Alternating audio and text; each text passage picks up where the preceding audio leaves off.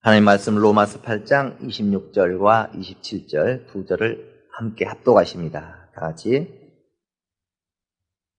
시작.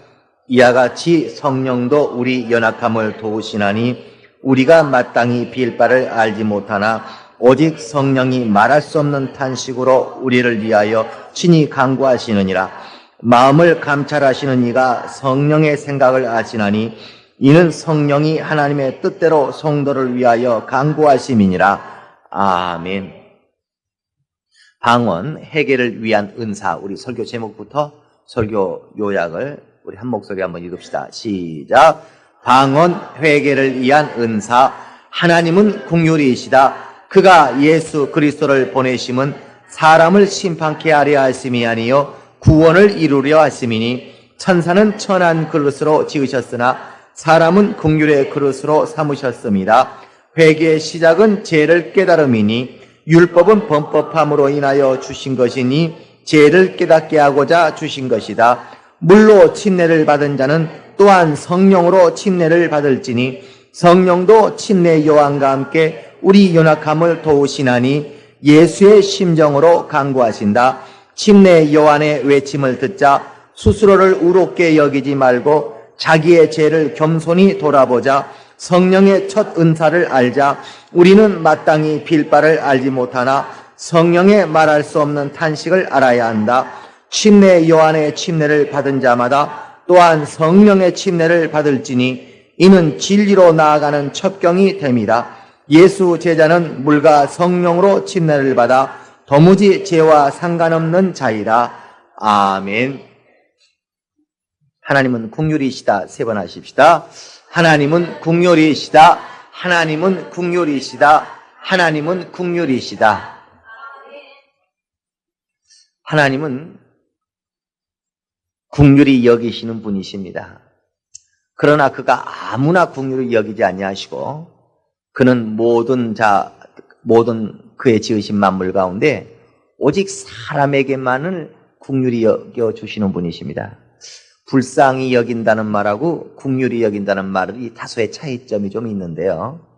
불쌍히 여긴다는 것은 생명 없는 것을 안타까이 여긴다는 것입니다. 그러나 긍휼이라고 하는 것은 그 불쌍히 여기는 것하고는 동일하게 생명 없는 것을 안타까이 여기는 동일한 내용을 갖고 있지만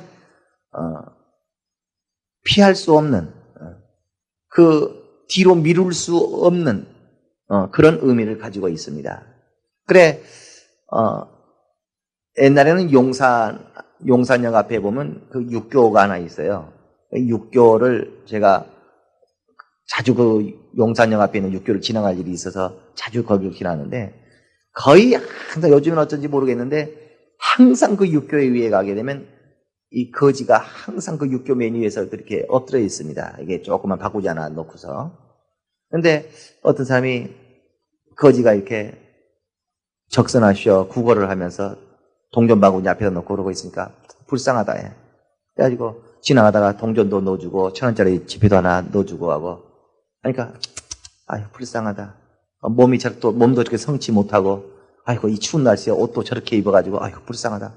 안 도와줄래? 안 도와줄 수가 없을 정도로 같은 인간의 입장에서 불쌍하다 해. 그러니까 도와주고 합니다. 이걸 불쌍히 여긴다고 합니다. 그런데 그 불쌍히 여기는 것은 반드시라는 말이 있지 않아요.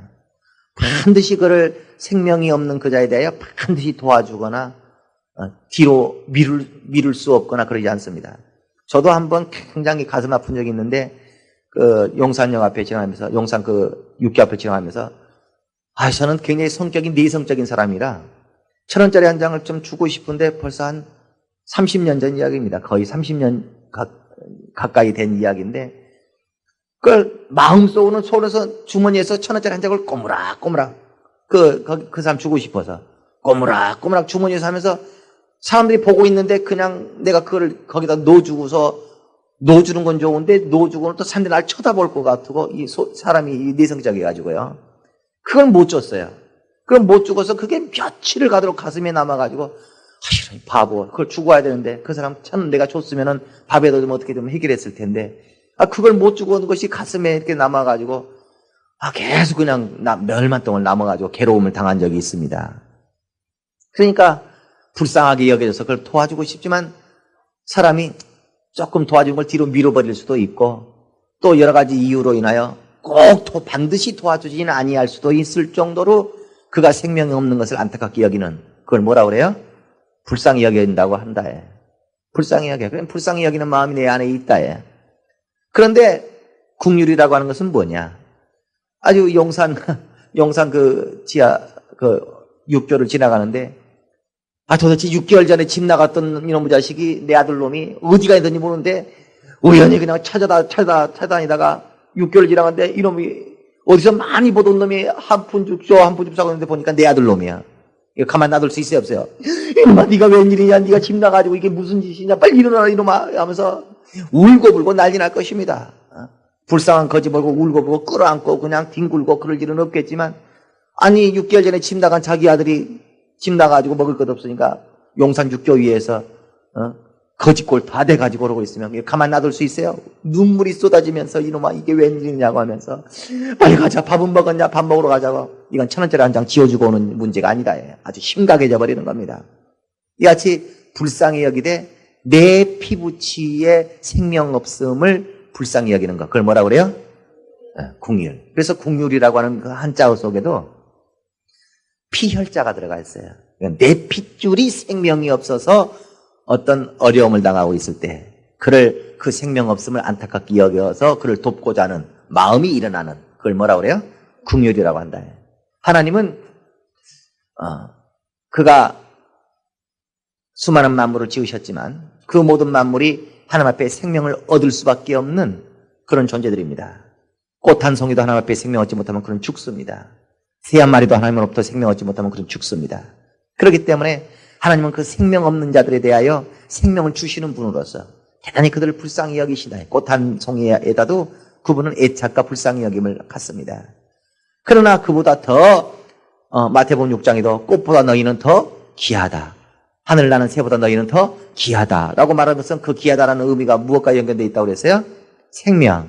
그러니까 새에게 생명을 주는 것보다 우리 인간에게 생명을 주는 것은 더 하나님이 생명을 주고 싶을 정도로 더 귀하게 여기신다.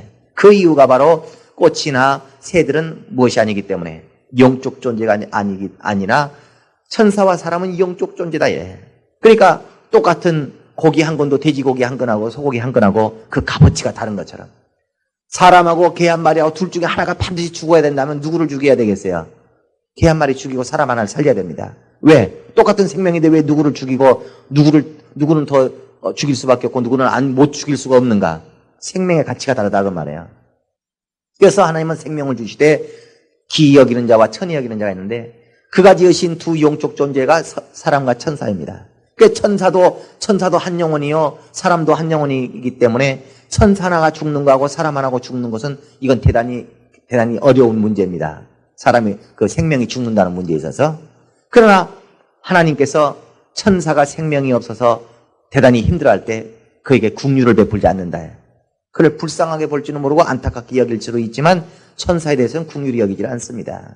그래 히브리서 2장에도 말하기를 예수께서 육체를 가지고 오셔서 그가 이 십자가에 매달려 피 흘리기까지 하여 주심으로 우리의 죄를 사하여 주시는 것은 천사를 붙들어 주러 오심이 아니오라고 히브리서 2장에 얘기하는 겁니다. 그러니까 예수께서 이왕 그가 십자가에서 고난받으시고 죽으신 김에 천사의 죄도 좀 용서하시고 인간의 죄도 용서하시고 이렇게 했으면 얼마나 더 좋을까 싶을지 모르지만 예수는 천사를 위하여 죽지 아니하셨다 그 말이에요. 그러니까 천사 가운데 단 한 천사도 그가 지옥 갈 천사들이 타락한 천사들이 예수의 피 흘리심이 2000년 전에 이미 이루어졌다 할지라도 천사 가운데 단 한 영혼도 구원을 받지를 못합니다. 그 피의 은혜를 잊지를 못한다. 이건 하나님이 근본적으로 예수의 피 흘리심으로 말미암은 제사함의 그 은혜를 천사에게는 허락지를 않아 버렸다. 그러니까 하나님은 긍휼히 여기시되 그 누구에게도 자기의 피를 주지 아니하시고 제사함을 받을 수 있는 피를 주지 아니할 정도로 오직 사람에게만 하나님은 자기의 모든 긍휼을 베푸신다. 그래 우리가 오늘날 우리는 우리 영혼 속에 예수의 피가 있음을 우리는 믿는 자입니다. 내 영혼 속에 있는 예수의 피. 시작. 이것은 예수의 피가 우리 안에 있다는 말이 아니라 예수의 피에 대한 믿음이 우리 가운데 있다 그 말이에요. 그래서 예수의 피를 가진 그 자를 하나님은 남으로 여기지 않냐고 자기의 혈족으로 여긴다 그 말입니다. 그 예수의 피를 믿고 예수의 피를 가진 자에게 하나님은 그의 모든 죄를 사할 때 그의 부족함과 연약함이나 그의 허물이나 죄에 대하여 하나님은 긍휼히 여기신다. 천사가 죄 지었을 때 그를 갖다 그렇게 여기지 않습니다. 바로 사랑이라고 하는 것인데 피부치에 대한 사랑이라고 하는 것이요. 다른 사람이 사람을 칼로 찔러서 살인을 행하면 저는 못쓸 짓을 했다고 이렇게 말하지만요. 자기 자식이 살인자가 되놓으면 내 자식이 그럴 이유가 있어요. 왜 제가 원래 저런 애는 아니었어요 하면서 자기 자식에 대해서는 살인자 자식이라 할지라도 그걸 옹호하려고 그러고 변호하려고 그러고 그 자기 자식의 입장을 설명하려고 그러고 굉장합니다. 이게 긍휼 때문에 그렇다. 내 피부치라는 것 때문에. 그래 하나님은 긍휼히 여기시되 오직 우리 인간에게만 긍휼히 여기신다는 거. 우리 인간에게만 그의 피를 허락하시고 우리 인간에게만 피를 허락하심으로 이제 그의 피를 가진 자들이 시작. 예.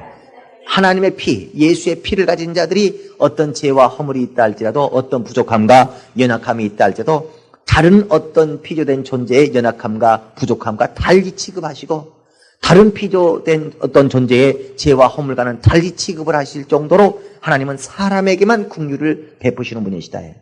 하나님은 사람에게 긍휼하신 분이시다. 시작. 하나님은 사람에게 긍휼하신 분이시다. 그래 요한복음 3장 17절 18절도 말하기를 하나님께서 그의 아들 예수 그리스도를 우리 가운데 보내신 것은 우리를 심판하러 보내심이 아니요 우리를 그를 믿고 구원을 얻게 하려 하십니다라고 요한복음 3장 16절부터 18절까지 말합니다. 천사는 예수에 오시는 것을 반기지 않아요. 반길 일이 없어요. 그래서 예수의 초림은 천사를 심판하기 위하여 오신 것입니다. 형벌하기 위하여 오셨다고 말해요. 그러나 오늘날 우리는 그가 우리 가운데 오신 것은 우리를 어떤 형벌하고 우리를 어떻게 하시기 위하여 오신 것이 아니라 우리를 구원하기 위하여 오셨다고 성경은 말하는 것입니다. 로마서 9장에도 말하기를 천사는 하나님께서 저들은 천한 그릇으로 지으셨다라고 말을 해요. 그래 천사는 그들의 죄에 대하여 하나님이 용서하지 않습니다. 천한 그릇이라고 하는 것은 여러분이 그릇이 하찮은 그릇이 있어요. 그 그릇이 좀 깨졌어. 그럼 고치려고 그래요? 안 하려고 그래요? 안 고치고 버려버리려고 하네. 깨지면 까짓 거, 안 깨지면 좀 쓸만하면 쓸지 모르지만 그릇이 이런 티가 나고 그릇에 이런 그 이가 빠지고 하게 되면 그 그릇을 차라리 버려버리려고 그러지 그걸 어떻게 쓰려고 몸부림치지 않는다는 것입니다. 천사를 천한 그릇으로 지으셨다는 말은 천사는 타락하면 그를 용서하지 않고 냅둬버린다. 냅둬버린다.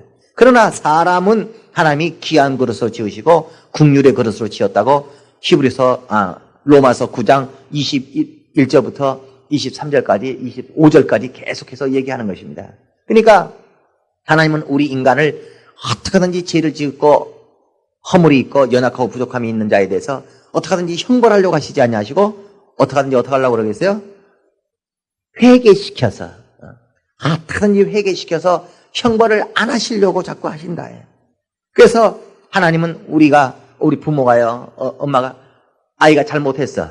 내 아이가 잘못하니까 잘못했으니까 몇 때려버리면 될 텐데 그거를 해초를 두고서 빨리 말해. 빨리 잘못했다고 말해. 빨리 말할 거야 안 할 거야. 빨리 엄마한테 잘못했다고 말해. 해초리로 그냥 눈앞에서 흔들어대면서 아주 협박을 하면서 빨리 잘못했다고 얘기해라. 때려버리면 되지. 그걸 왜 안 때릴까요? 시작. 사랑 때문에 그러는 거예요. 그가 죄 지었으니까 그냥 때려버리면 돼야 한대요. 잘못했으니까 그냥 몇 때려버리면 누구도 잘못했다고 말할 수 없습니다. 그러니까 우리가 지은 죄에 대해 하나님이 형벌해버리면 될 텐데도 하나님이 형벌하지 아니하시고 자꾸 해초를 우리 눈앞에서 흔들어대면서 빨리 말해. 빨리 잘못했다고 한 번만 말해. 빨리 이것 봐. 또 고집 부리는 것 봐. 이거 빨리 잘못했다고 말해. 자꾸 잘못했다고 말을 하라는 것은 어떻게 하기 위하여? 죄를 지었으니까 형벌을 하지 아니할 수 없지만 그러한 죄를 지은 자랄지라도 형벌을 어떻게 안 해보려고 형벌을 안 해보려고 빨리 잘못했다는 말 한마디만 하라고 자꾸 하는 것이다. 그러니까 죄를 지은 우리 인간에게 대해서는 천사가 죄를 지으면 하나님은 가차 없습니다. 형벌해버린다. 천사가 죄를 지으면 형벌해버리지만 사람이 죄를 짓게 되면 그냥 형벌을 바로 해버리지 않냐고 어떻게 회개를 시키려고 하나님이 오래 참고 기다리시면서 빨리 회개해라.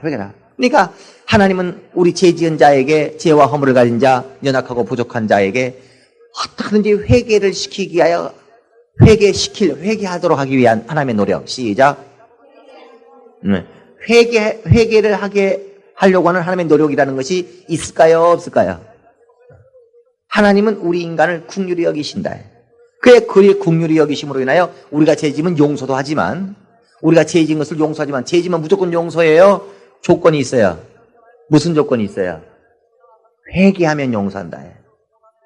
죄를 지은 자를 그냥 죄 지어도 좋다, 잘했어라 해서 죄 지은 것을 그냥 무조건 용서하는 것이 아니라, 하나님은 죄를 지은 자에게 반드시 회개라는 것을 조건으로 제시하시고 회개만 하면 용서하신다. 그러니까 용서하실 때 무엇이 없으면 용서하지 못할까요? 회개가 없으면 용서하지 못해요. 그래서 하나님은 자꾸 우리를 회개시키려고 한다. 회개시키려는 노력을 하나님은 하신다. 하나님은 우리를 회개시키는 노력을 하신다. 시작. 그래서 바로 하나님은 우리를 용서하는 데 있어서 절대적인 조건이 회개입니다. 그런데 우리가 회개하는 데 있어서 우리가 회개를 하기 위하여 또 절대적으로 없어서 안 되는 것이 무엇이냐면 바로 죄를 깨닫는 것입니다. 자기 죄를 깨닫지 못하면 회개할 수 없고, 회개하지 않으면 죄 용서함을 받을 수가 없도록 되어 있다고 말해요. 그러니까 그 사람이 죄를 지었어요. 근데 자기는 꿈에도 자기가 죄를 지었다고 생각하지 못해요. 자기가 지금 무슨 죄를 지었는지 알지를 못해요. 가룟 유다가 예수를 팔아서 예수를 죽기까지 하면서까지 자기가 지금 무슨 죄를 지는지 알았을까 몰랐을까? 모릅니다. 그래서 자기 양심의 거리낌이 있어요, 없어요? 전혀 없습니다. 저는 목회를 하면서 우리 성도들이 정말 죽을 짓을 하면서도요, 자기가 정말 하나님 앞에, 목사 앞에, 교회 앞에 죽을 짓을 하면서 자기는 전혀 몰라. 뭐 어때? 뭐 떳떳해요. 떳떳해요.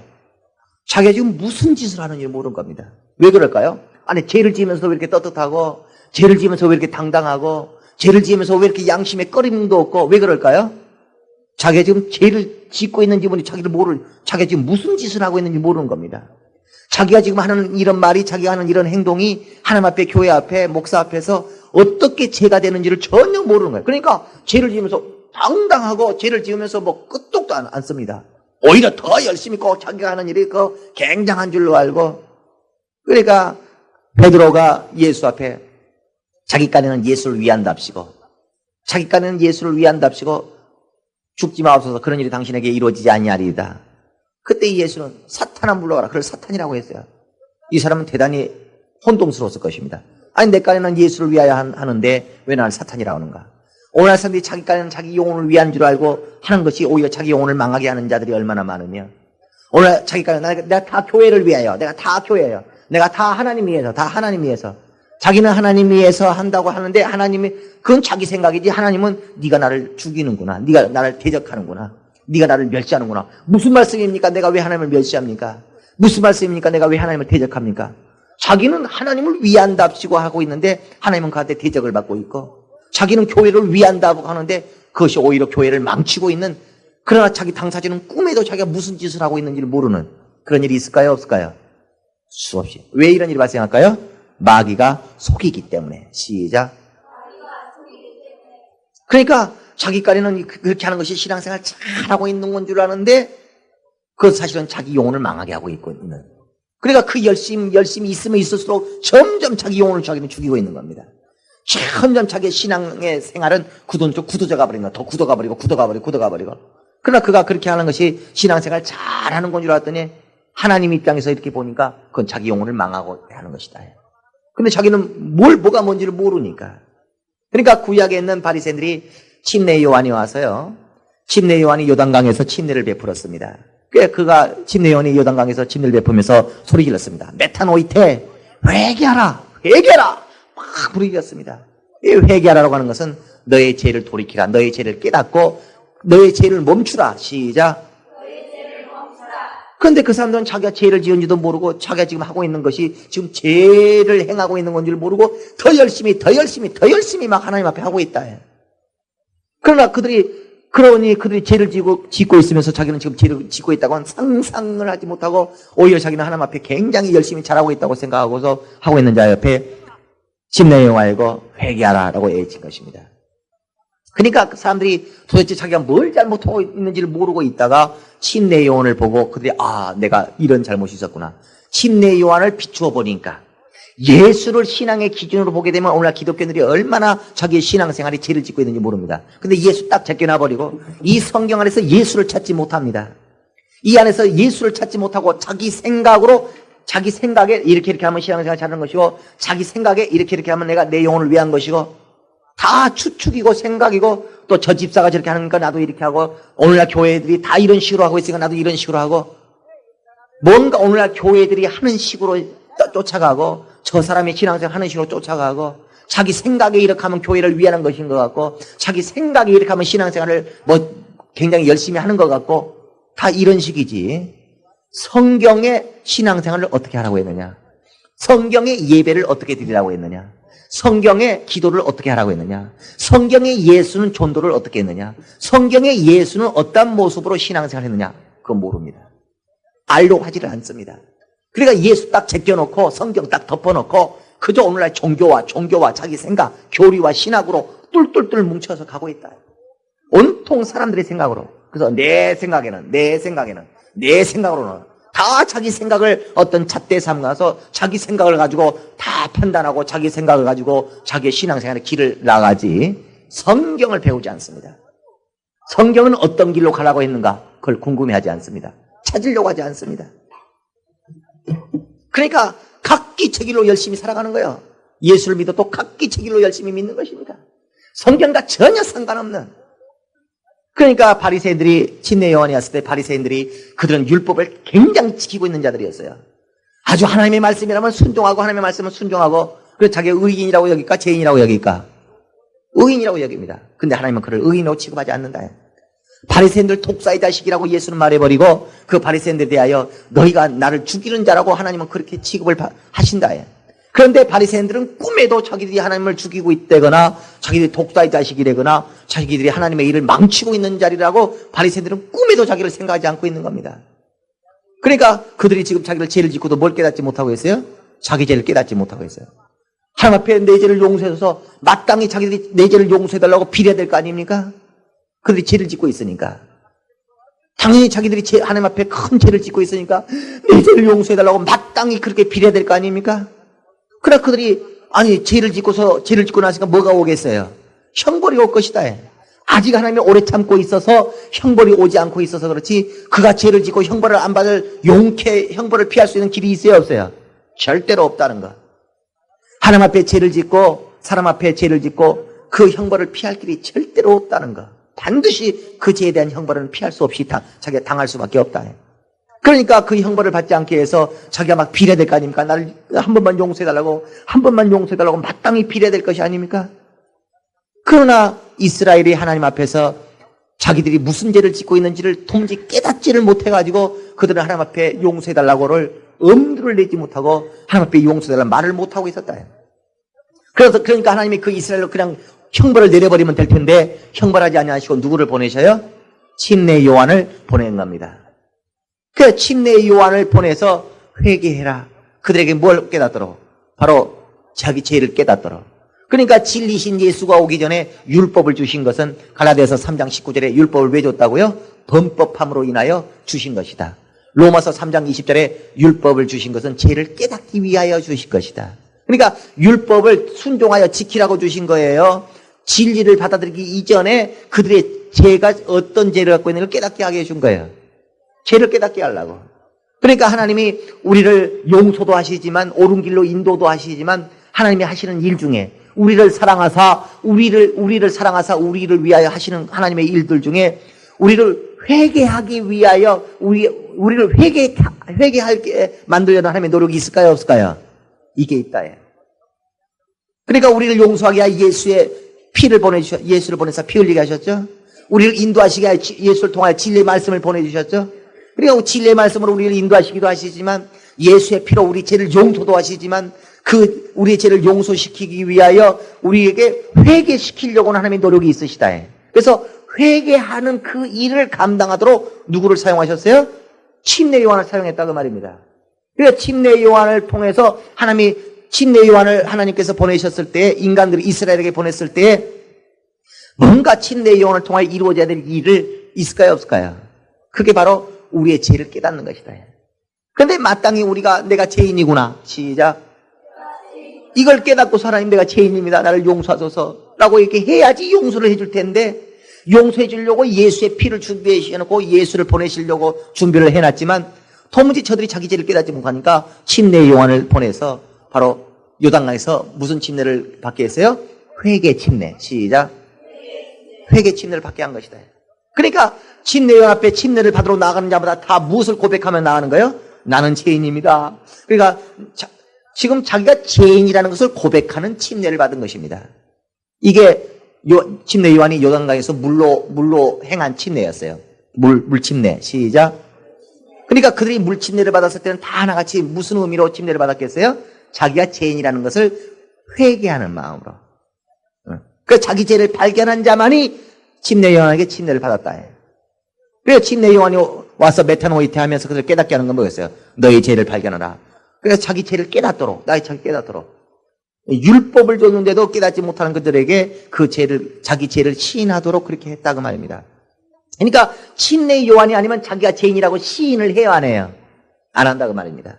그래서 침례 요한이 요단강에서 물로 침례를 베품으로 인하여 많은 율법을 받은 많은 이스라엘 사람들의 입에서 바로 나를 용서하소서. 내가 죄인입니다. 나를 용서하소서. 시작.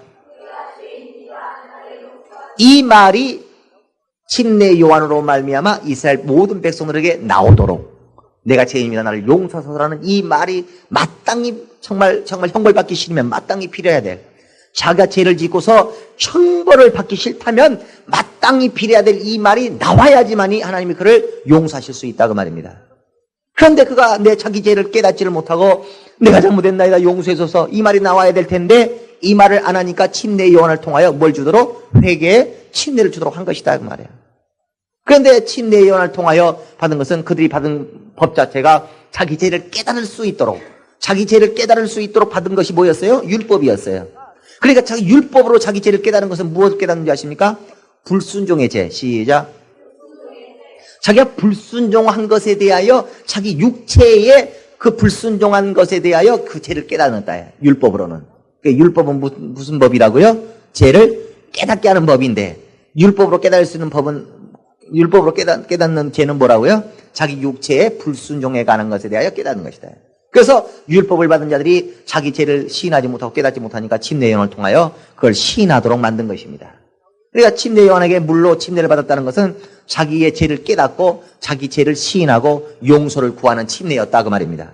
그 침례 요한이 마태복음 3장에 나는 물로서 너에게 침례를 주지만 몇 날이 되지 못하면 너희가 무엇으로 침례를 받으리라? 성령으로 침례를 받으리라. 성령의 침례. 시작.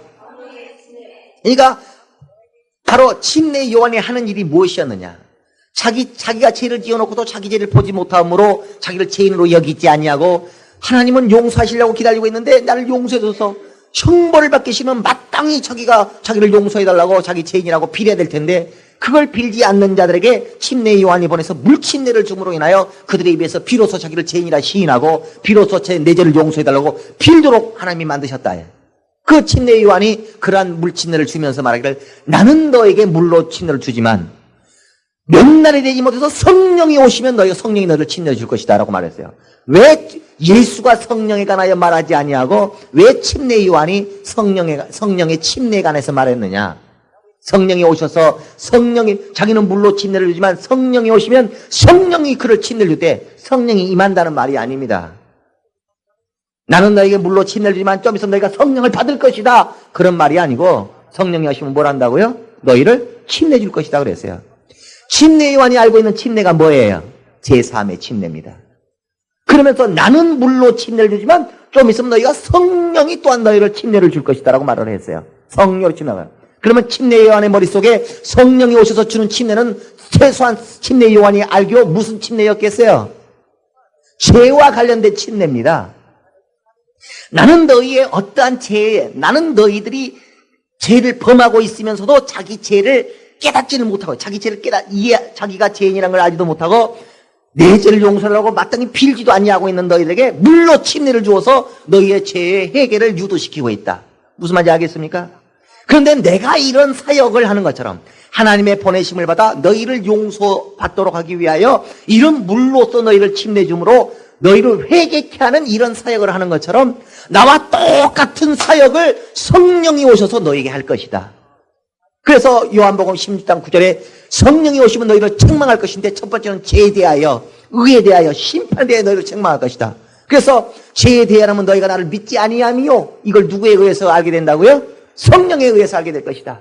그래서 성령이 오시면 이것을 내가 죄구나. 이것이 죄구나. 시작. 하는 것을 깨닫게 될 텐데 누가 오시면 깨닫는다고요? 성령이. 이스라엘 바리새인들과 이스라엘 사람들이 침례 요한이 요단에서 회개 침례를 베풀기 전에는 자기 죄에 대하여 깨달았어요? 못 깨달았어요? 율법을 받아놓고도 그들은 자기 죄를 깨닫지 못했었다고 말이에요.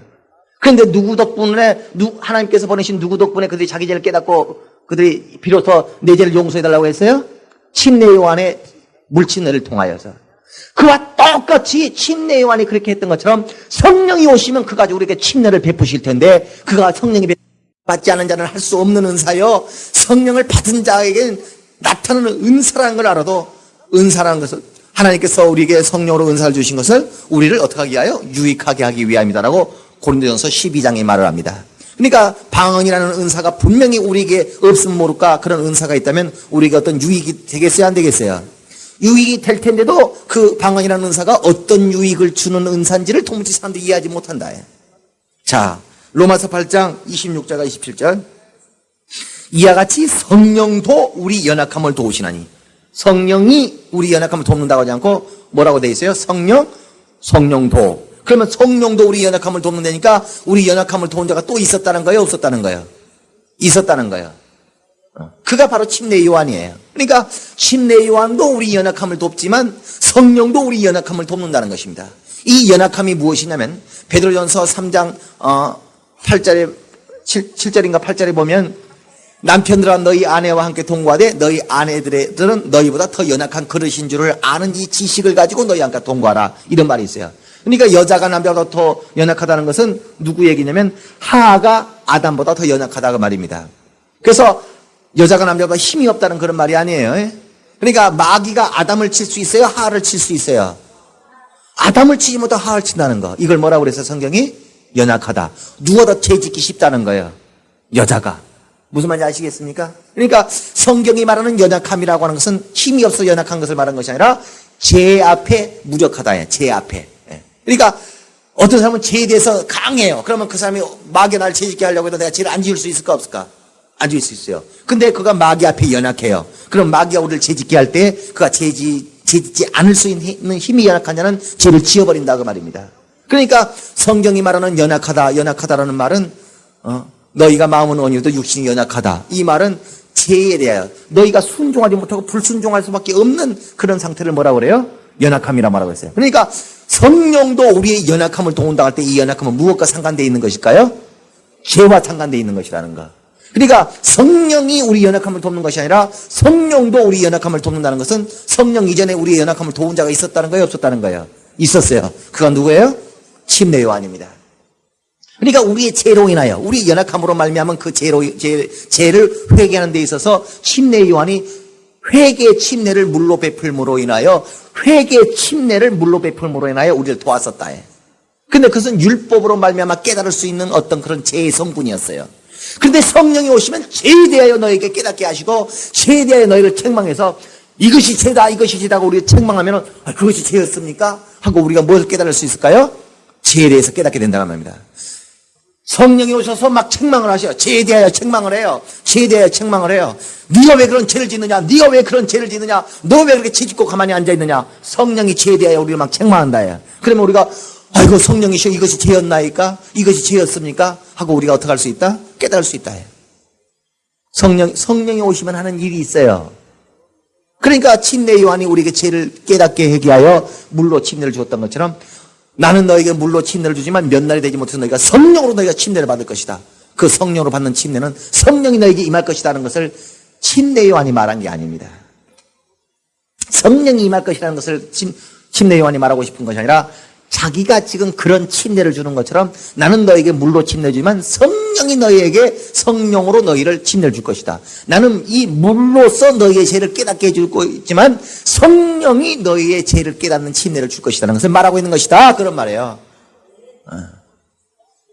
그래서 성령이 임하시면 가장 먼저 우리가 방언이라는 은사가 터지는 겁니다. 그래, 자 봅시다. 자, 26절 다시 한번 봅시다. 이와 같이 성령도 우리 연약함을 도우시나니 우리가 마땅히 빌 바를 알지 못하고, 우리가 마땅히 빌어야 되게야 안 빌어야 돼요? 아주 자기가 죄를 짓고 형벌을 안 당하려면 마땅히 자기가 빌어야 될 텐데 빌지를 않고 있어. 용서하소서, 나를 봐주소서, 나를 용서하소서 빌어야 될 텐데 빌지를 못하고 있어. 왜 못 빌까요? 자기 죄를 깨닫지를 못해가지고. 오직 누구만이 알고 있느냐? 오직 성령이 말할 수 없는 무엇으로? 탄식으로. 어떤 사람은요, 기도할 때 보면 울어요. 막 울어. 하나님 나를 도와주시고 나를 이건 우는 건지 기도하는 건지. 기도가 무슨 우는 것입니까? 어떤 사람은 기도할 때 막 울면서 기도하는 사람이 있어요. 그런 식으로 어떤 김 집사가, 어떤 박 집사가 기도할 때 그냥 아주 자기 감정에 복박쳐가지고 울면서 기도하는 것처럼 성령이 울면서 기도한다는 말이 아닙니다. 성령이 무엇으로? 탄식으로 그가 구한다. 무엇에 대해서 탄식할까요? 아이고, 왜 그러냐? 왜 그런 죄를 짓느냐? 성령이 우리를 위하여 기도하십니다. 성령이 우리를 위하여 기도하시는데 그가 탄식으로 기도한다고 말이에요. 어떤 부분을 빌 때에 그가 탄식으로 하실까요? 우리 죄에 대해서. 무슨 말인지 아시겠습니까? 이것도 역사해 주시고, 저것도 역사해 주시고, 이것도 역사해 주시고, 저것도 역사해 주시고, 죄 부족한 것을 채워주시고, 이런 내용 같으면 성령이 탄식하면서 구할 필요가 있어요, 없어요? 근데 성경은 성령이 탄식하면서 우리를 위하여 간구한다고 말하고 있다는 거 아시겠습니까? 뭔가 마땅히 우리가 빌 바를 알지 못하고 있는 그 부분을 성령이 빈다고 말하고 하고 있고, 성령이 우리를 위하여 우리 연약함에 대하여 그가 돕는다고 말하고 있고, 그 성령이 우리를 위하여 그가 구하실 때에 탄식으로 우리를 구한다고 말하고 있다. 이건 뭔가 뉘앙스가 뭔가 나와야 안 나와요? 뭔가 뉘앙스가 있다. 그래, 탄식으로 우리를 위하여 친히 간구하시나니 마음을 감찰하시는 이가 성령의 생각을 하시나니 이는 성령이 하나님의 뜻대로 성도를 위하여 간구하십니다. 성령이 성도를 위하여 간구한다. 이 말은요, 어떤 사람은 지금 예수께서 하늘 보좌에서 우리를 위하여 기도하고, 지금 예수께서 새벽 기도하고 있는지 아십니까? 예수께서 하늘 보좌에서 새벽 기도 하실까 안 하실까? 하늘 보좌에서 겟세마네 동산에 올라가서 기도하러 올라가실까 안 가실까? 예수는 지금 기도 안 하신다는 거 아셔야 됩니다. 예수께서 지금 하늘 보좌에서 우리를 위하여 기도하고 있다고 생각해서는 안 됩니다. 로마서에도 그가 보좌에서 기도하신다고 했지 지금도 기도하고 있다고 말하지 않았어요. 지금 예수께서 우리를 기도한다는 것은 너희가 기도할 때 누구 이름으로 해라? 내 이름으로 해라. 내 이름으로 기도하라. 시작. 여기서 내 이름으로 기도하라는 말은 기도는 내가 하지만 그 기도를 하나님이 누가 기도한 걸로 받으신다고요? 예수가 기도한 걸로. 너 내 이름 적어놓고 밥 먹어. 돈 누가 낸다는 거예요. 그럼 그 사람이 내 이름을 적어놓고 밥 먹는다 해요. 그럼 그 밥을 누가 먹는 것으로 인정한다? 그 식당에서 내가 먹는 걸로 인정한다고 말이에요. 무슨 말인지 아시겠습니까? 내 이름으로 기도하라. 시작. 그 실제 기도는 누가 해요? 내가 하는 것이지만 그 기도를 누가 한 걸로 받으셔요? 예수께서. 그게 뭐예요? 예수 이름으로 기도하는 것입니다. 아시겠습니까? 그 실제로 예수께서 보좌에서 우리를 위하여 지금 기도하고 있어요? 안 하고 있어요? 그런데 성경은 예수께서도 자기 백성을 위하여 지금 친히 구하신다, 기도하신다. 그 말은 예수가 오늘 내가 기도해야 되는데 내가 기도 안 하고 예수가 대신 기도하고 있단 말이 아니고, 내가 기도하면 그것이 누가 기도하는 거예요? 예수가 기도하는 거예요. 아시겠습니까? 그래, 하늘 보좌에서 예수가 지금 이 시간에 우리를 위하여 그가 육체로 이 땅에 있을 때는 예수가 기도하셨지만 그가 하늘 보좌에 올라갔고 지금까지 우리를 위하여 기도하고 있겠어요? 아니겠어요? 내가 지금 예수 이름으로 내가 기도하면 그것이 예수가 기도한 것이다. 그 말이에요. 나를 위하여. 아시겠습니까? 그와 똑같이 성령이 어디 저쪽 구석지 어디 가셔가지고 성령이 지금 우리를 위하여 탄식하면서 그분이 우리를 위하여 기도하고 있는 것이 아니다. 그 말이야. 그분이 언제 우리를 위하여 기도하실까요? 우리가 시작. 뭔 기도할 때? 우리가 방언으로 기도할 때. 시작. 우리가 방언으로 기도하는 것이 누가 지금 하는 거예요? 성령의 감동을 받아 하는 것입니다. 그러니까 방언은 내가 지금 무엇을 기도하는지를 몰라요. 내가 어떤 내용을 구하고 있는지를 몰라요. 그러나 방언을 할 때마다 성령의 감동으로 내가 알지 못한 죄에 대하여 고백을 하고 있는 것입니다. 무슨 말인지 아시겠어요? 내가 방언을 할 때마다 뭘 기도하고 있다고요? 내가 알지 못하고 있는 죄에 대해 회개하는 것이다. 방언하는 회개의 능력이 있다. 시작. 그러니까 어떨 때 방언하다 보면 막 눈물이 나올 때도 있고요. 자기는 지금 왜 방언하면서 갑자기 막 눈물이 나올 때도 있고, 자기가 방언을 하면서, 그래, 자기가 자기 방언을 말하지만 이 방언이 바로 자기의 죄를 고백하는 그런 내가 이 내용을 알지 못해서 그렇지. 그러니까 어떤 사람이 방언 통변을 한다고 합시다. 방언 통변을 하고 저 사람이 방언한 걸 이렇게 들어보면 용서해 주시고 이걸 용서해 드리고 이거 용서하고 사람으로서는 찾아낼 수 없는 어떤 죄를 져요. 자기가 도둑질 했으면 자기가 도둑질 했다는 죄를 알 것입니다. 누가 거짓말 했으면 자기가 거짓말 했다는 죄를 알 것입니다. 그러나 성령이 회개케 하는 죄는 그런 죄를 말하는 게 아니다 그 말이에요. 성령이 우리에게 오셔서 깨닫게 하는 죄가 뭐예요? 믿지 아니함으로. 오늘 시간이 없으니까 또 다음에 또 얘기하십시다. 뭔가 성령이 깨닫게 하는 죄가 있고 율법이 우리에게 깨닫게 하는 죄가 있다는 것입니다. 그러니까 율법으로 깨닫는 죄가 있는가 하면은 바로 율법은 불순종한 모든 죄에서 깨닫게 하지만 성령은 불순종한 죄에 대해서 깨닫게 하는 것이 아니라 뭔가 다른 죄를 깨닫게 해주신다. 그러니까 우리가 불순종하고 이런 죄뿐만이 아니라 뭔가 우리 하나님 앞에 죄를 짓고 있다는 거예요, 없다는 거예요? 죄를 짓고 있다는 거 있대. 뭔가 하나님 앞에 짓고 있는 죄가 있는데 그 죄를 자기는 모르고 있는 거예요. 그래서 그 성령은 율법으로 말미암아 깨닫고 회개할 수 있는 그런 죄를 깨닫게 해주는 것이 아니라 율법으로도 깨달을 수 없는 죄. 시작. 그 어떤 죄를 성령이 우리에게 깨닫게 해주신다 그 말입니다. 그래서 그걸 깨닫고서 바로 깨닫게 하신 이유가 회개하여 용서받기 위하여 그걸 깨닫게 하는 것인데 그래서 그걸 다시 회개하여 내 죄를 고백하고 내 영혼을 살려주셔서 내 영혼을 불쌍히 여기소서라고 우리가 회개할 수 있도록 무엇을 한다고요? 방언을 말하는 것이다. 그러니까 예수가 우리를 대신 지금 내가 기도 안 하고 그가 대신 기도해 주는 것이 아니라 내가 예수 이름으로 기도할 때 예수가 나를 위하여 기도해 주는 것처럼 성령이 저쪽 어디 구속지에서 나를 위하여 나를 위하여 탄식함으로 기도해 주고 있다는 말이 아니다 그 말이에요. 내가 방언을 말할 때에 성령이 지금 나를 위하여 탄식하며 기도하시는 것입니다. 이 기도의 내용이 무엇이라고요? 나를 용서하려는 회개의 기도다 그 말이에요. 방언에는 회개의 능력이 있다. 시작. 그런데 사람들이 방언이 어디다가 써먹는 은사인지를 모르기 때문에 그냥 랄랄랄랄라 그냥 방언하지도 않습니다. 방언을 해도 그냥 장난 비슷하게 이건 방언이라는 엄청난 영적인 생활을 방언을 한다는 이 영적인 생활에 대하여 어떤 의미를 알고 신앙생활해요? 모르고 신앙생활해요? 수박 거닥튀식으로 그냥 방언이 뭔지도 모릅니다. 끝까지 방언 안 받으면 어때? 방언 안 받으면 그 사람은 죽습니다. 방언의 은사가 그에게 없다면 그는 죽습니다. 모든 형벌을 다 받아야 됩니다. 그가 지은 죄에 대한 형벌을 받아야 됩니다. 뭔가 성령이 깨닫게 해주는 그 죄를 회개할 방법은 없어요. 예수의 피가 있다 할지라도. 예수의 피가 있다 할지라도 뭐가 없으면 용서하지 않으니까? 회개하지 않으면 용서하지 않으니까. 그러니까 침례 요한의 죄를 깨닫게 해줌으로 말미암아 회개해서 예수의 피로 용서받았던 것처럼 침례 요한의 침례로도 깨닫지 못하는 죄, 율법으로도 깨닫지 못하는 죄를 성령은 깨닫게 해주신다.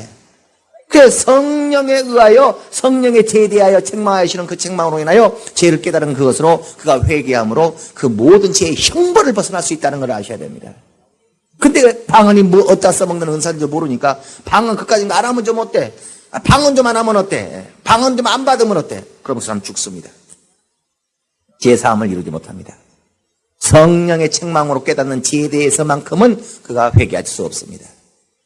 우린 여러분 여러분이 신앙생활 좀 잘 좀 하고 싶어서 잘 안 되죠. 영혼에 힘이 없어서.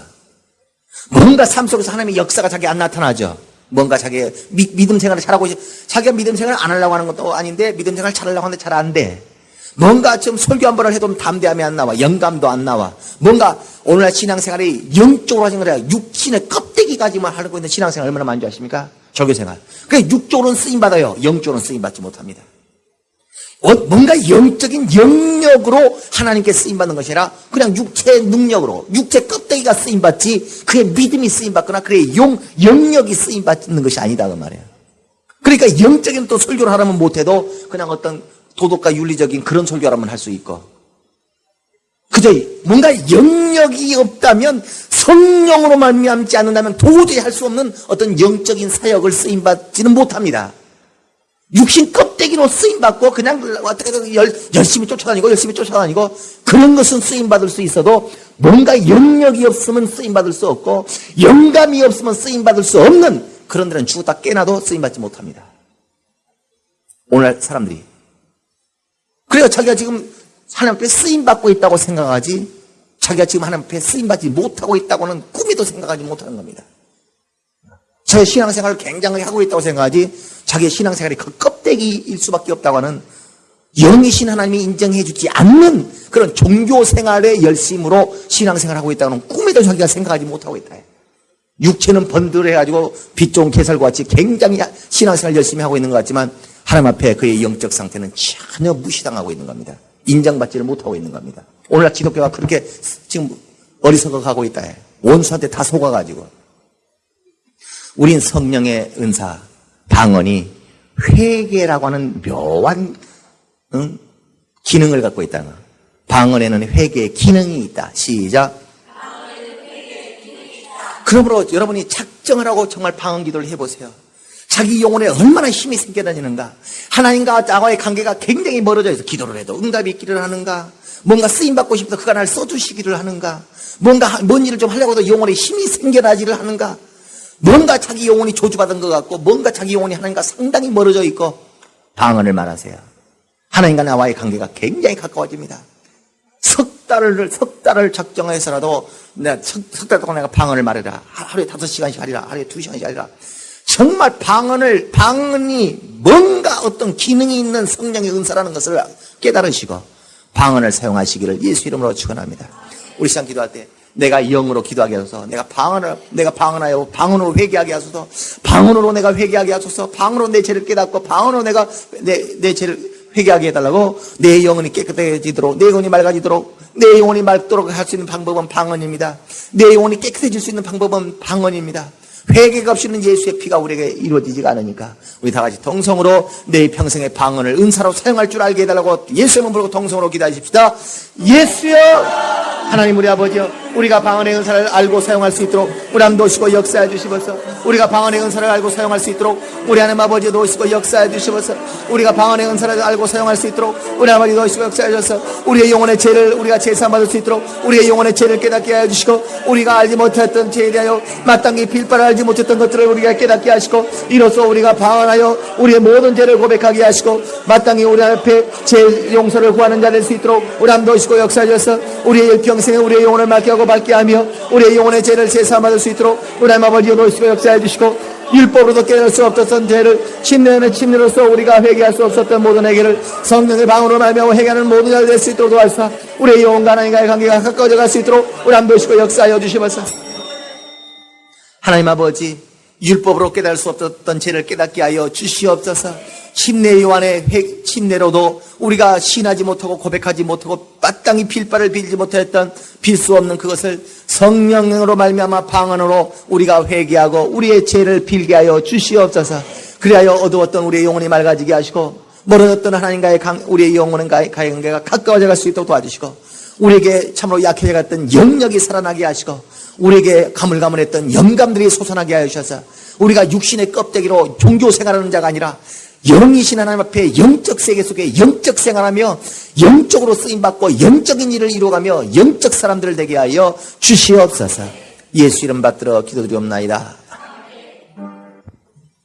이제는 우리 구주 예수 그리스도의 은혜와 하나님 우리 아버지의 극진하신 사랑하심과 성령의 내주하시고 감동하시고 생명과 진리 가운데로 인도하시고 교통하심이 성령의 은사로 자기의 영혼을 맑고 밝게 하기로 작정한 모든 자들 위해 이제부터 영원토록 함께 있을지어다.